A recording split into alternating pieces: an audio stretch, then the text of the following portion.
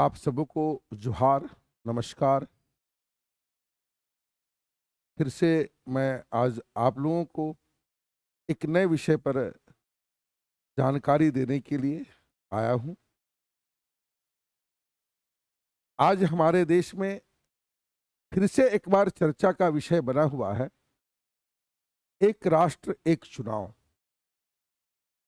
One nation one election. हमने इससे पहले कई बार देखा कि यह सरकार एक राष्ट्र एक चुनाव से पहले कुछ कानून ऐसे बनाए हैं जिससे कि पूरे देश में एकरूपता आ जाए। जैसे आपने देखा जीएसटी को, उसका लक्ष्य क्या था? One nation one market one price. आपने फिर देखा जम्मू कश्मीर में धारा 370 को अंत करते हुए उसका लक्ष्य क्या था? एक देश एक विधान एक संविधान, एक निशान। एक देश एक निशान एक विधान। उसी तरह से आप अभी देख रहे हैं कि देश में एक चुनाव और एक राष्ट्र में एक साथ होना चाहिए। यह कोई नई बात नहीं है। हमारा संविधान भी एकल नागरिकता की बात करता है। हमारा संविधान भी यह कोशिश करता है कि हम सबको एक साथ लेकर चले, जहां पर कहीं पर किसी तरह का कोई भेदभाव ना हो सके। और अभी जो बहस का विषय छिड़ा हुआ है, क्या एक राष्ट्र में एक चुनाव नीति को लागू किया जाए या नहीं। और ये पूरे राजनीतिक दलों के लिए चिंता का विषय है, लेकिन कुछ दलों के लिए बहुत अच्छा भी होगा और क्षेत्रीय दल इससे नुकसान में चले जाएंगे। और इसे कानून बनाना एक कठिन चुनौती के समान है, क्योंकि कानून बनाने का जो हमारा मंदिर है, संसद, जब तक इस दिशा में आगे पहल नहीं करेगी और इस दिशा में सर्वमान्य रास्ता नहीं निकाला जाएगा, तब तक इसे लागू नहीं किया जा सकता है। लेकिन देश हित में, जनहित में और देश की अर्थव्यवस्था को और बेहतर बनाने के लिए, मानव संसाधन को सदुपयोग करने के लिए यह आज के समय की मांग है कि जिस तरह से हमने one nation one market one price को लागू किया, जिस तरह से हमने एक देश एक विधान एक विधान एक निशान को लागू किया, जिस तरह से हम आगे बढ़ रहे हैं एक एक देश एक कानून के दिशा में, यानी कि यूनिफॉर्म सिविल कोड के दिशा में, ठीक उसी प्रकार से यह भी एक मुद्दा है जहां पर हम एक देश में एक चुनाव की प्रक्रिया को अपनाने का प्रयास कर रहे हैं। यहाँ पर यह कोई नई बात नहीं है। पहले भी मैं कह चुका हूं कि जब हमारे देश में संविधान लागू हुआ 26 जनवरी 1950 को, उसके बाद जब देश में पहली बार आम चुनाव हुए, चाहे वह केंद्र के हों या फिर प्रांतों के हों, तो वहां से सब एक साथ ही होता रहा और 4 आम चुनावों तक यह प्रक्रिया हमेशा चलती रही कि लोकसभा के चुनाव के साथ साथ सभी प्रांतों के विधानसभा का चुनाव होता रहा। चुनाव अर्थात जनता के द्वारा अपने लोकप्रिय सरकार को चुनने की प्रक्रिया। चुनाव अर्थात लोकतंत्र का सबसे बड़ा प्रयोग करने का महाकुंभ का अवसर। हर जनता के मत को जानने का अवसर। सरकार को उनकी क्रियाकलाप का परिणाम देने का अवसर या उनको सजा देने का अवसर। यही चुनाव होता है, जहां से हम अपने भाग विधाताओं को या तो फिर से बुलाते हैं या उसे सत्ता से दूर कर देते हैं। तो देखिए, ये हम उसी पर आज चर्चा करने के लिए, उसी पर जानकारी देने के लिए आ रहे हैं। यह ONOE one nation one election, यानी एक राष्ट्र एक चुनाव, वन नेशन वन इलेक्शन। फिर चले एक देश एक चुनाव की ओर। विश्व का सबसे बड़ा लोकतंत्र, विश्व का सबसे बड़ा संविधान वाला यह देश यह चाहता है कि हमारे देश में चुनाव की प्रक्रिया ऐसा हो जिससे कि लोगों पर कम बोझ पड़े, सरकार कम वित्तीय बोझ को झेले, हमारे प्रशासनिक दबाव कम हो, नीतिगत विषयों पर निर्णय समय समय पर लिए जा सकें। लेकिन पहले चुनाव से लेकर 4 आम चुनाव तक, यहाँ देखिए विश्व के सबसे बड़े लोकतंत्र में यह एक बड़ा दुविधा की स्थिति है कि आज हमारे इस देश के किसी न किसी प्रांत में या किसी हिस्से में या तो उपचुनाव हो रहे हैं, मध्यावधि चुनाव हो रहे हैं या फिर चुनाव हो रहे हैं, आम चुनाव हो रहे हैं। ऐसा कोई भी अवसर नहीं होता है या ऐसा कोई भी महीना नहीं गुजरता है जहां आपको समाचारों में यह सुनने को मिलता हो कि आज गुजरात में उपचुनाव है, आज इतने सीटों पर उपचुनाव हुआ, यहाँ पर विधानसभा के चुनाव होने हैं, यहाँ पर लोकसभा के उपचुनाव होने हैं, यहाँ राज्यसभा के सीटों के चुनाव होने हैं, यहाँ स्थानीय निकायों के चुनाव होने हैं। यानी चुनाव की प्रक्रिया एक निरंतर चलने वाली प्रक्रिया सी बन गई है। 1967 तक ऐसी व्यवस्था नहीं थी और ऐसा कोई नियम भी नहीं था, बल्कि स्वतः संविधान बनाने वालों ने यह सोचा था कि जब केंद्र का चुनाव होगा तो साथ साथ राज्यों का भी चुनाव होता चला जाएगा। लेकिन 1967 में एक बार जो कड़ी टूटी और वह कड़ी आज भी जोड़ नहीं पाए हैं हम या नहीं जुट सकी है। 1970 में मध्यावधि चुनाव का देश दंश झेला। केंद्र की सरकारों ने राज्यों पर अपने आधिपत्य को बनाए रखने के लिए धारा 356 का उपयोग किया। राष्ट्रपति को राज्यपाल की अनुशंसाएं मिलते गई, इसके चलते कई राज्यों में राष्ट्रपति शासन लगा और समय से पहले वहां चुनाव की प्रक्रिया को पूरा करना पड़ा। सरकारें भंग हो गई, विधानसभाएं भंग हो गई, देश भी 7 बार से अधिक समय हमारा गठबंधन वाली सरकारों ने मध्यावधि चुनाव को देखा। अब फिर से वह स्थिति आ गई है कि हम कोई ना कोई ऐसा नियम क्यों ना बनाए जिससे कि हम एक देश में एक साथ चुनाव करा सकें। इस दिशा में विधि आयोग, संसदीय समिति के अस्थायी सदन, सदन के अस्थायी संसदीय समिति, नीति आयोग, चुनाव आयोग, सब लोगों ने इस बात पर सहमति जताई है कि एक राष्ट्र में एक साथ चुनाव होना चाहिए। सहमति कहाँ नहीं है? तो केवल हमारे राजनेताओं में, जिनको सत्ता में आना है वहां सहमति नहीं है। अन्यथा जितने भी हमारे संवैधानिक संस्थाएं हैं वह चाहती है कि हमारे देश में एक साथ एक चुनाव हो। ये उसी बात को इंगित करता है कि दुनिया का सबसे बड़ा लोकतंत्र हर साल होने वाले चुनाव से परेशान है।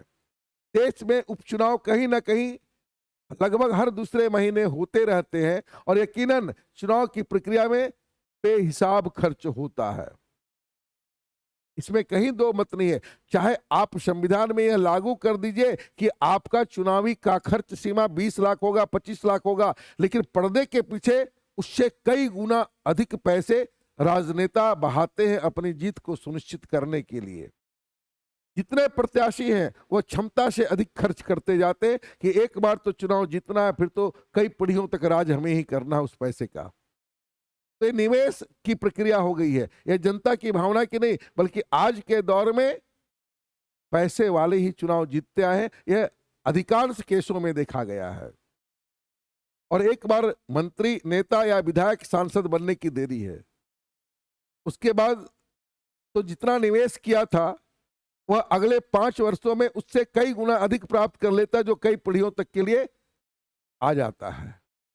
अब एक आकलन देखिए, यह कहता है, एक अनुमान के अनुसार 2019 के लोकसभा चुनाव में सियासी दलों ने 550 अरब रुपए खर्च किए।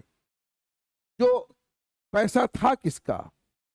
हमारी, आपकी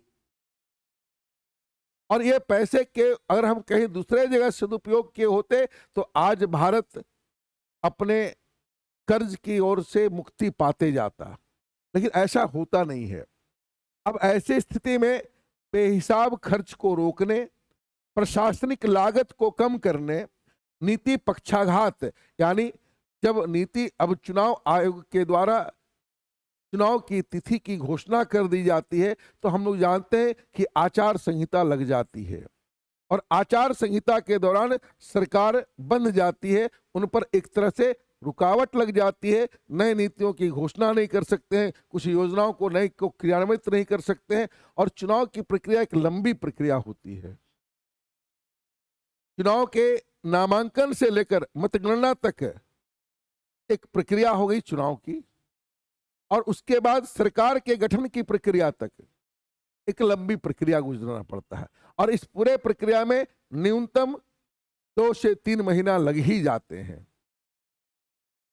और अब समझिए कि मान लीजिए कि किसी राज्य किसी देश में हम झारखंड में रह रहे हैं और झारखंड में रह रहे हैं, अब 2024 में यहाँ लोकसभा का भी चुनाव होगा और 2024 में ही विधानसभा का भी चुनाव होगा और अप्रैल मई में हम लोकसभा का चुनाव को सामना करेंगे तो अक्टूबर नवंबर में हम विधानसभा चुनाव का सामना करेंगे और उसके 1 साल के बाद अगर सब कुछ सही होता तो 25 में अगर हमें स्थानीय निकायों का चुनाव का सामना करना पड़ता, लेकिन इस बार चूंकि 2 साल विलंब से हुआ तो 27 में हमें फिर से स्थानीय निकायों का चुनाव कराना होगा।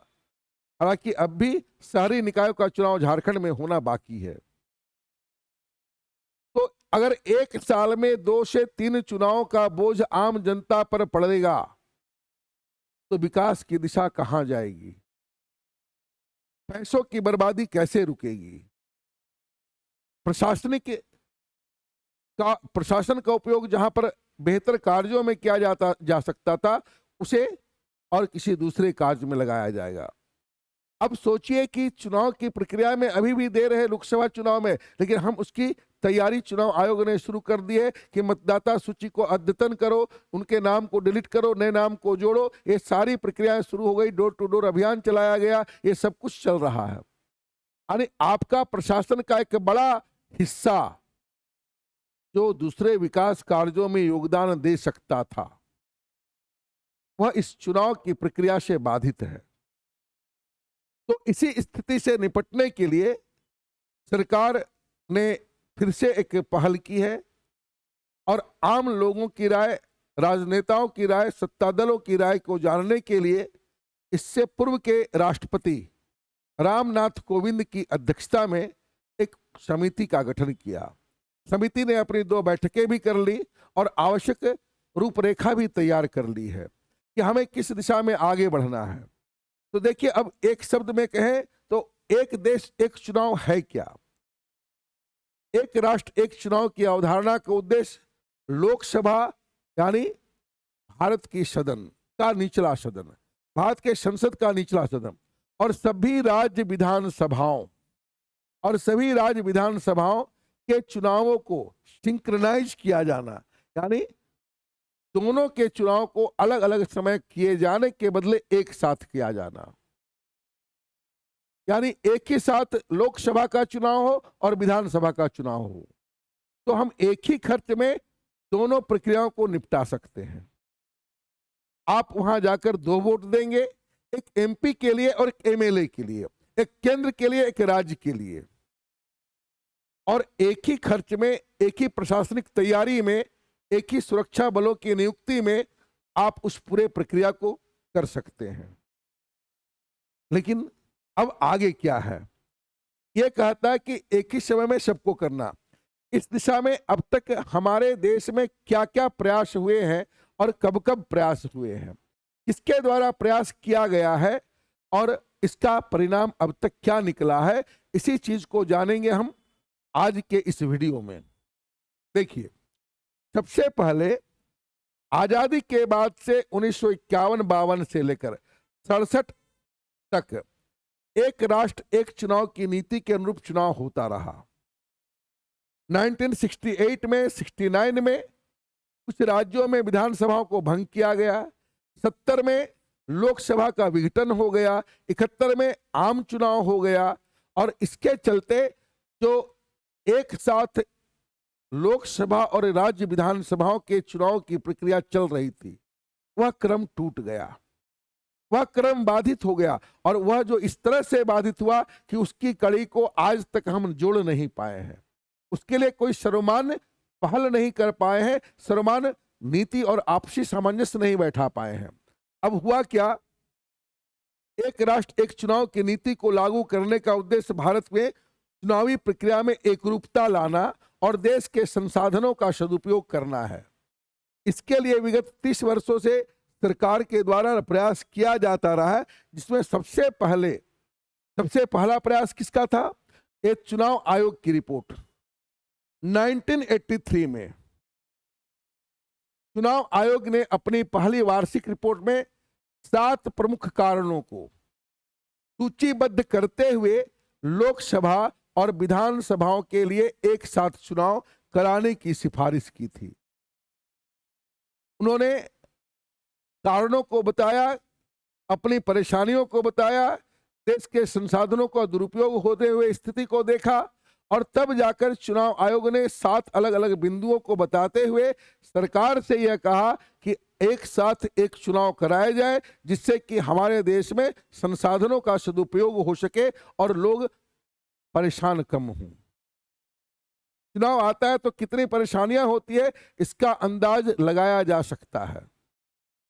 जो अभी मतदाता हैं या जो अभी मतदाता बनने वाले हैं, उन्हें भले ही ये बहुत अधिक समझ में नहीं आए, लेकिन जब वह मतदाता बन जाएंगे और इन चीजों पर थोड़ी दिलचस्पी लेना प्रारंभ करेंगे, तो उन्हें समझ में आ जाएगा कि भाई चुनाव जब आता है 5 वर्ष का मेला, तो हम कैसे परेशान होते हैं।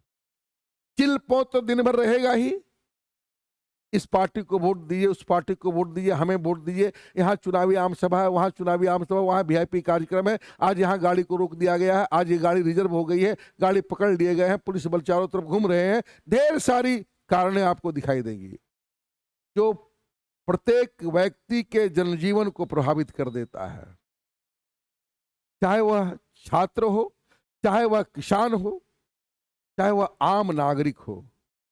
व्यापारियों की तो चांदी हो जाती है, बहुत आसानी से कह देते हैं अरे चुनाव के कारण सब यातायात प्रभावित है, माल नहीं आ रहा है, कीमतें बढ़ जाती है बाजार में। आखिर एक बार कीमत बढ़ेगी, 5 साल में जनता बर्दाश्त कर लेगी, लेकिन आप अगर हर साल चुनाव चुनाव चुनाव ही होता रहेगा तो कब तक यह चलेगा? यह बात हमारे आकाओं को भी समझ में आना चाहिए। देखिए, ये सूचीबद्ध करते हुए सारी स्थिति को अवगत कराया, लेकिन उसे हमारे राजनीतिक दलों ने आगे नहीं बढ़ाया। अब दूसरा प्रयास होता है ये विधि आयोग का। ये विधि आयोग 99 में, उस समय विधि आयोग के अध्यक्ष थे पीपी जीवन रेड्डी, और विधि आयोग की 170वीं रिपोर्ट थी। उस रिपोर्ट में चुनावी कानून में सुधार से संबंधित विषय को बताया गया था, और उन्होंने यह बताया कि हमारे राज्य में, हमारे देश में चुनाव का क्रम कैसे प्रभावित हो गया, और उसी को बताते हुए उन्होंने कई सिफारिश भी की थी कि अगर एक साथ लोकसभा और राज्य विधानसभाओं के चुनाव करा दिए जाएं तो क्या लाभ होगा। इस बात से भी विधि आयोग ने अवगत कराया था और विकल्प भी दिया था कि अगर ऐसे करते हैं तो हमारे राष्ट्र को यह सुविधा मिलेगी और ये सारे सुविधाओं को लेगी। इसके लिए विधि आयोग ने कई अच्छे विकल्प भी प्रस्तुत किए थे। इसके बावजूद इस रिपोर्ट को हमारे राजनेताओं की इच्छा शक्ति की कमी के कारण लागू नहीं किया जा सका, नहीं उस दिशा में कोई पहल हुई। इसके बाद आगे बढ़ते हैं, आया फिर यहाँ पर संसदीय समिति। उस समय हमारे एक सांसद थे जो संसद के अस्थायी समिति के सदस्य थे, सुदर्शन नचिप्पन, ये नाम उनका होगा। सुदर्शन नचिप्पन की अध्यक्षता में अस्थायी संसदीय समिति ने अपनी 79वीं रिपोर्ट, 79th रिपोर्ट मैं कहा कि लोकसभा और राज्य विधानसभाओं के लिए एक साथ चुनाव कराने की व्यवहारिकता पर क्या क्या औचित्य था, क्यों यह जरूरी है।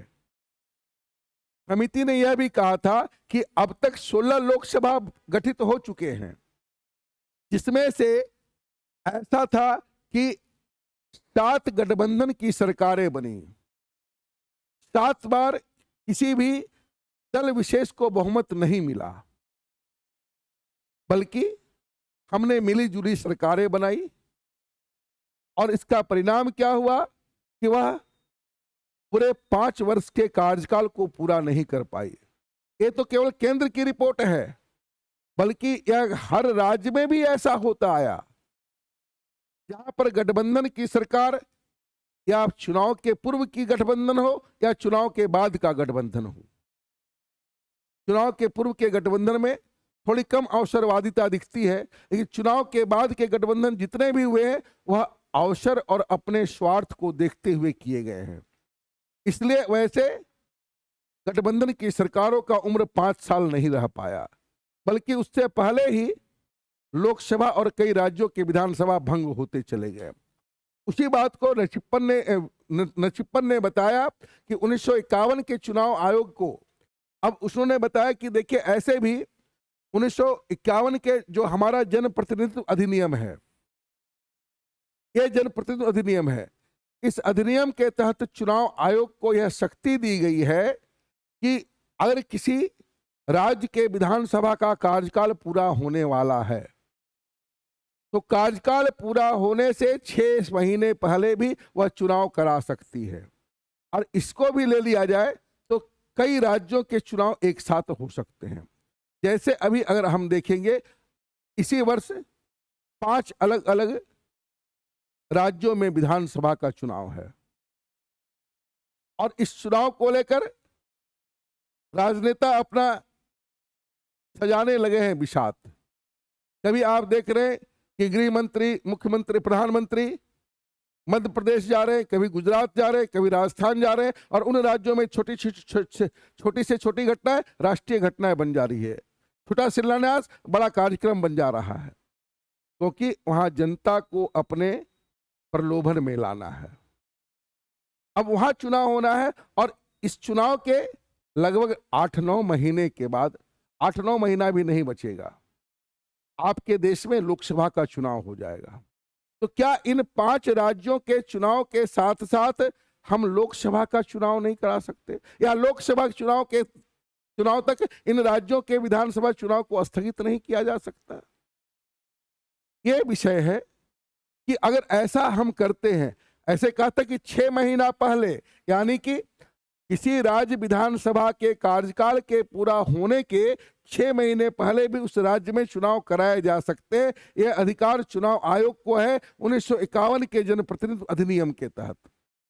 यह आपको सिफारिश किया सुदर्शन नचिप्पन की अस्थायी समिति ने, लेकिन इसके आधार पर भी कई राज्यों में चुनाव एक साथ किया जा सकता था, इस पर भी कोई आगे कदम नहीं बढ़ाया गया।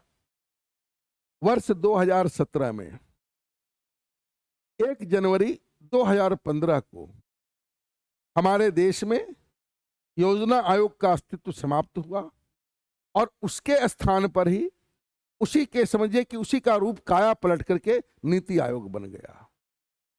अब 2017 में नीति आयोग में 2 व्यक्ति, एक का नाम आप यहां देख रहे हैं, यहां पर उनका नाम है, नाम मैं आगे देख रहा हूं, हाँ, उन्होंने ये सिफारिश किया, एक रिपोर्ट दिया जिसमें क्या, क्यों और कैसे शीर्षक से एक दस्तावेज पर अध्ययन पत्र तैयार किया।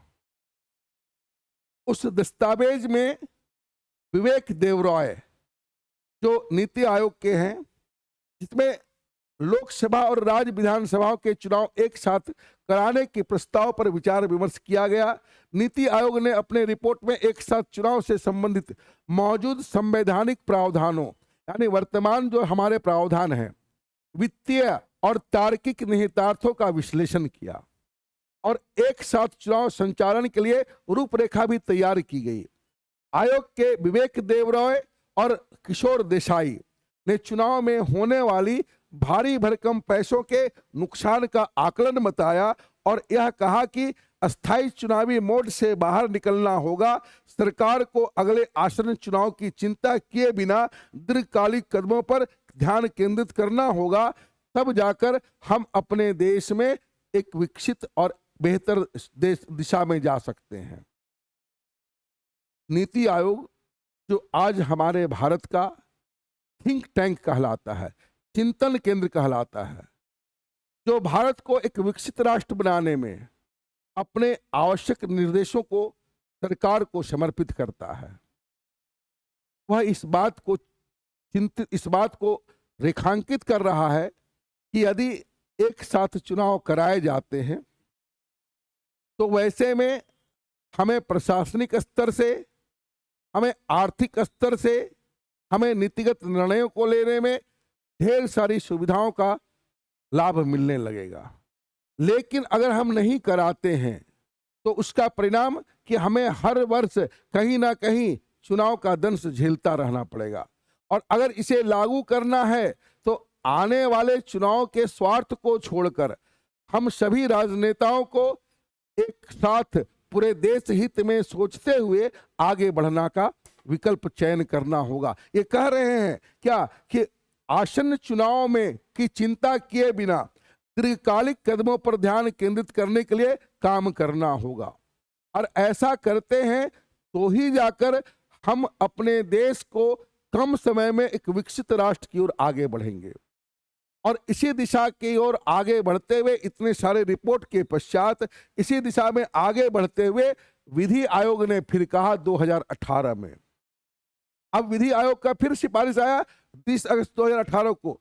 उच्चतम न्यायालय के पूर्व न्यायाधीश वीएस चौहान की अध्यक्षता में विधि आयोग ने इस विषय पर एक रिपोर्ट पेश की थी, जिसमें एक साथ चुनाव कराने का पक्ष लिया गया, लेकिन साथ ही अंतिम से पहले राजनीतिक दलों और अन्य हितधारकों को आगे विचार विमर्श के लिए प्राथमिकता दी गई थी। इस आयोग का मानना था कि एक साथ चुनाव कराए जाते हैं तो वैसे स्थिति में देश की आर्थिक विकास की गति तेज होगी, फिजूल खर्ची पर रोक लगेगी।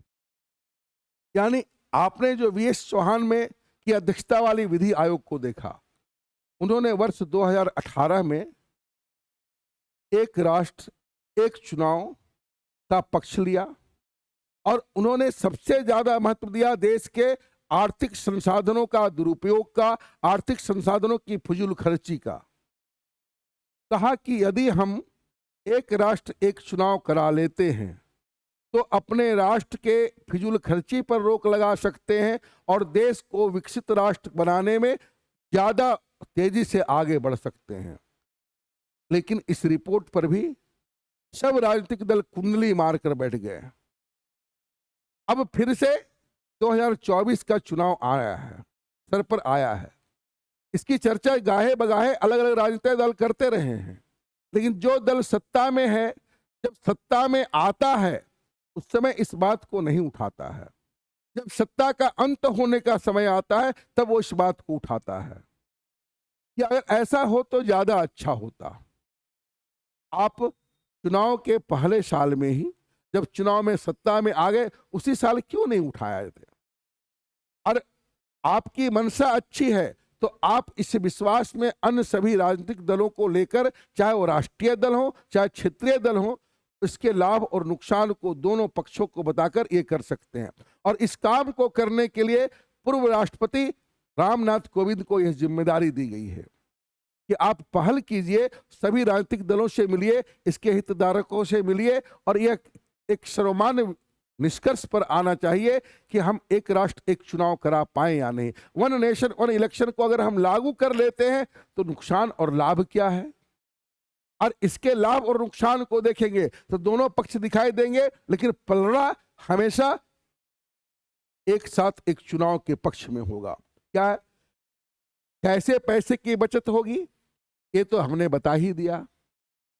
प्रशासनिक व्यवस्था, यानी आपका जो प्रशासन का पूरा महकमा है, जिसका काम विकास काम करना है, जिसका काम लोक कल्याणकारी कामों को लागू करना है, वह चुनाव के कार्यों में अति व्यस्त हो जाता है और उनके लिए एक अवसर भी मिल जाता है कि चलो यार चुनाव है, अभी किसी को भी वो कहते हुए टाल दिया जा सकता है।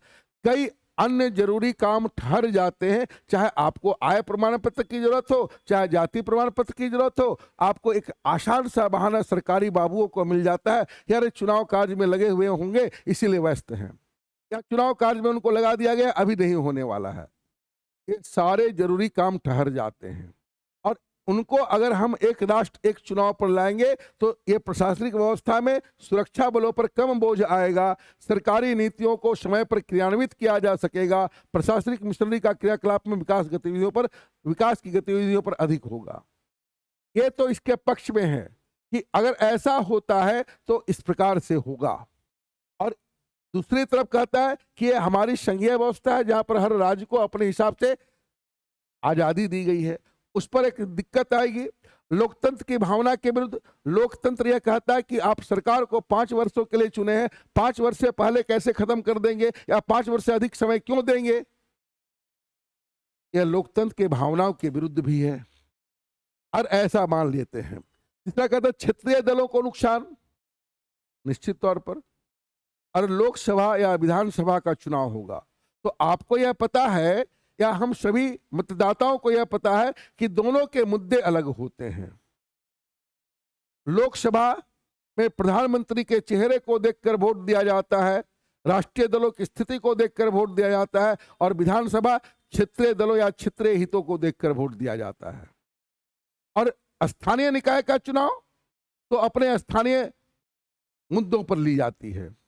तो जब देश का मुद्दा हावी हो जाएगा एक साथ एक चुनाव में, तब उस समय आपके क्षेत्रीय मुद्दे को गौण कर दिया जाता है या गौण हो ही जाएगा, और उस स्थिति में क्षेत्रीय दलों को नुकसान होने की संभावना बनी रहेगी। इसलिए वो नहीं चाहते हैं, जवाबदेही में कमी आएगी। ये सारे नकारात्मक पक्ष थे जिसके कारण आज तक हम इसे लगा नहीं पा रहे हैं।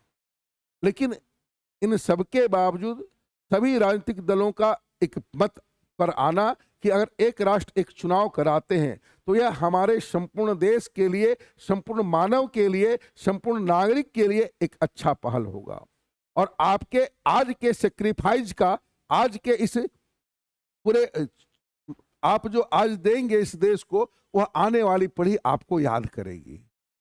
लेकिन आप 5 साल के स्वार्थ के लिए, 2 साल के स्वार्थ के लिए, 3 साल के स्वार्थ के लिए हमारी पूरी देश की सिस्टम में बदलाव लाने से दूर हट रहे हैं। और ऐसा हो जाता है तो निश्चित तौर पर हम सभी नागरिकों को और देश को लाभ मिलेगा।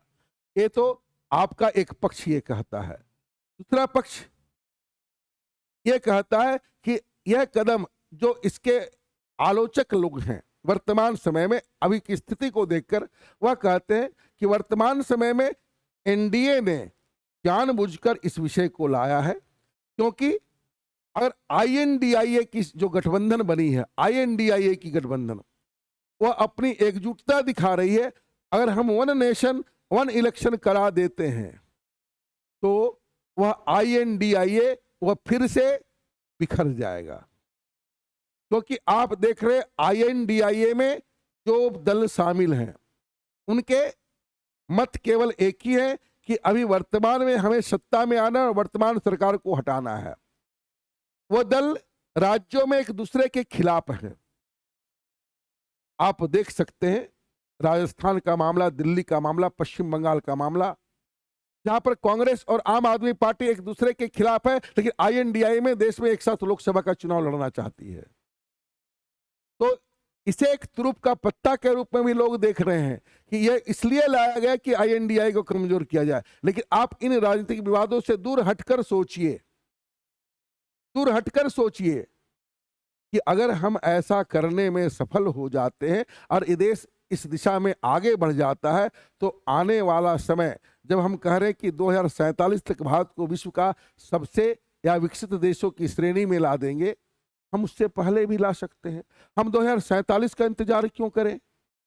और हम में क्षमता है और इन नीतियों को लाकर हम 550 अरब रुपए का बचत कर सकते हैं और कई तरह के सुविधाओं को, आगे नीतियों को लागू कर सकते हैं, जिससे कि देश हमारा 2047 से पहले भी विकसित राष्ट्र की श्रेणी में आ सकता है। तो क्यों न इसे अपनाया जाए। हालांकि ये सारे पक्ष हैं, लेकिन बहुत उम्मीदें कम लग रही कि 2024 में इसे लागू किया जाएगा।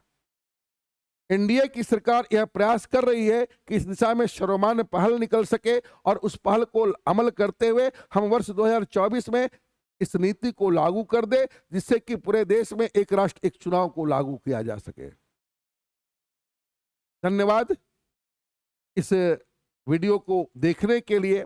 और आपको यह पता है कि द सक्सेस ट्यूटोरियल क्लासेज जो झारखंड जिले के एक सुदूरवर्ती ग्रामीण इलाके में झारखंड के दक्षिण पूर्वी हिस्से में स्थित घाटशिला में स्थित है। यहाँ यह ग्रामीण क्षेत्रों के बच्चों के उज्जवल भविष्य के लिए, बेहतर शिक्षण प्रणाली के लिए, गुणवत्ता युक्त शिक्षा के लिए यह प्रयास करते आ रहे विगत 10 वर्षों से। लेकिन संसाधनों के अभाव के कारण यह संस्थान भी आप तक नहीं पहुंच पा रही थी। अब इसके माध्यम से हम आप तक पहुंचने में समर्थ हो पाए हैं। अब हम लोग का यह क्लास भी डिजिटल हो पाया है और आपको यह यहाँ से मिलेगा कि ग्रामीण बच्चों में प्रतिभाएं बहुत है, केवल उन्हें मार्गदर्शन की कमी थी। अब वह मार्गदर्शन इस क्षेत्र में यह संस्था देते आ रही है और आपको हमें उम्मीद है कि आप इस संस्था को प्रोत्साहित करेंगे, आगे बढ़ाएंगे। इसी उम्मीद के साथ मैं फिर आपसे नए वीडियो में मिलूंगा। तब तक के लिए धन्यवाद।